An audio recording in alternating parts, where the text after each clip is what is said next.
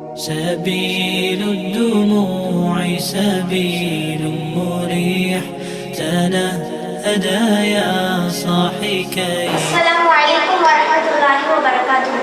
என்னோட ப்ராஜெக்ட் மனித சுவாசப்பாதை. அல்லாஹ் தஆலா மனித உடல்ல லங்ஸை ஒரு அற்புதமான படைப்பாக படைச்சிருக்கான். அதை பற்றி தான் நான் சொல்ல போகிறேன்.